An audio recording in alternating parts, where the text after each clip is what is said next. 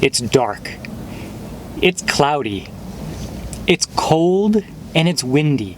Just the kind of day you'd expect to have to see a Rian Johnson film.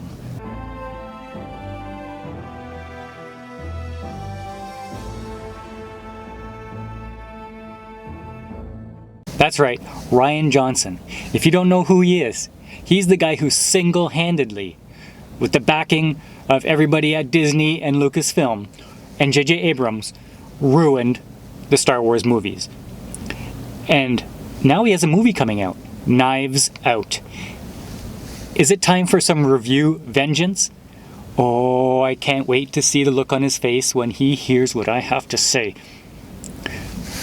Of course, he's rich and famous and will never hear what I have to say because I'm just a guy doing a review in the car. But even still, I would so love to get some review vengeance on Rian Johnson. Oh man. Okay, fine. I went to see Knives Out, Rian Johnson's new murder mystery. Kind of like Clue, Murder on the Orient Express. And it wasn't bad. It was actually pretty good. It takes all the tropes that you would expect from the murder mystery genre and actually does something a little bit different. It doesn't keep you guessing all the way till the end. It actually, tells you, hey, this is what happens. And so, okay, now you know what happened. How is this a murder mystery? Well, you think you know what happened, and as the movie progresses, you doubt yourself more and more and more. And then you start thinking, well, wait a second. What if the movie maker's trying to pull wool over our eyes and this is what happens? Or this is what happened. So you're doing that through the whole movie, and there's this buildup of tension as the closer you get to the end, the person who you thought did it, or you were told did it, everything seems to be closing in on them. So there's this feeling of tension. What's going to happen? Are they going to get the person? And so on that level, it was a really successful film. I watched it and I was very engaged. The acting was superb. Daniel Craig with his Kentucky Southern drawl. Christopher Plummer, he's not in it much, but he has that screen presence that you just love to watch him. Chris Evans, at first I thought I wouldn't be able to separate him from Captain America, but he just dives into the role and everything's awesome. Like, I see him as the character in this movie. Good for him for making that leap.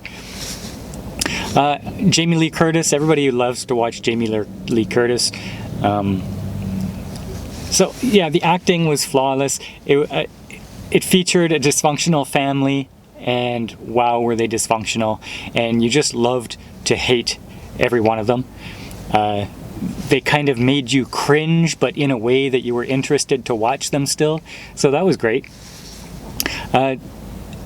So was this a really, really, really good movie? Well, I'd say it's a good movie. Like, I've seen some reviews out there giving this like 9 out of 10, 5 out of 5 stars, best movie of the year. I wouldn't do that. No. This is not the best movie of the year.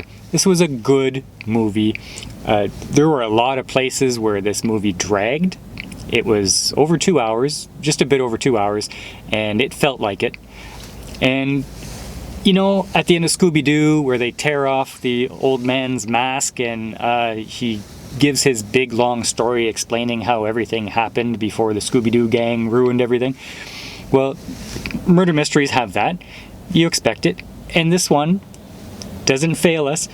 But wow, that scene goes on forever and ever and ever. Like, yes, they have a lot of information that they want to tell you. Oh, remember when we did this? Well, this is how it unfolded. And you didn't think of this, but this is how it unfolded. But it seemed to go on for like 45 minutes.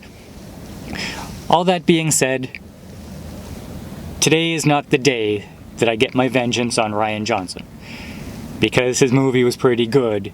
I would even consider watching it again at some point.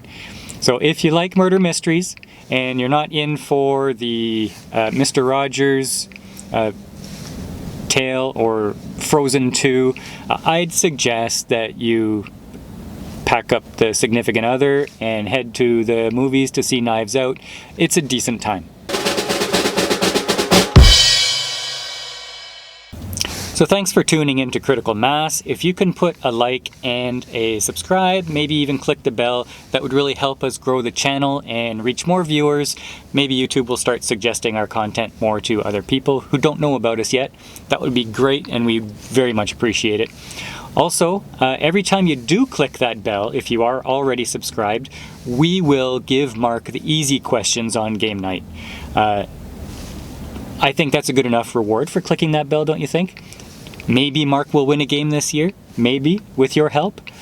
Also, I'm going to put a poll up here just to see what you think his chances of winning this year are.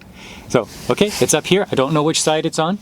Okay, click that little scrolly thing at the top and you'll be directed to the poll and you can tell us what you think. Thanks for tuning into Critical Mass. We'll catch you next time.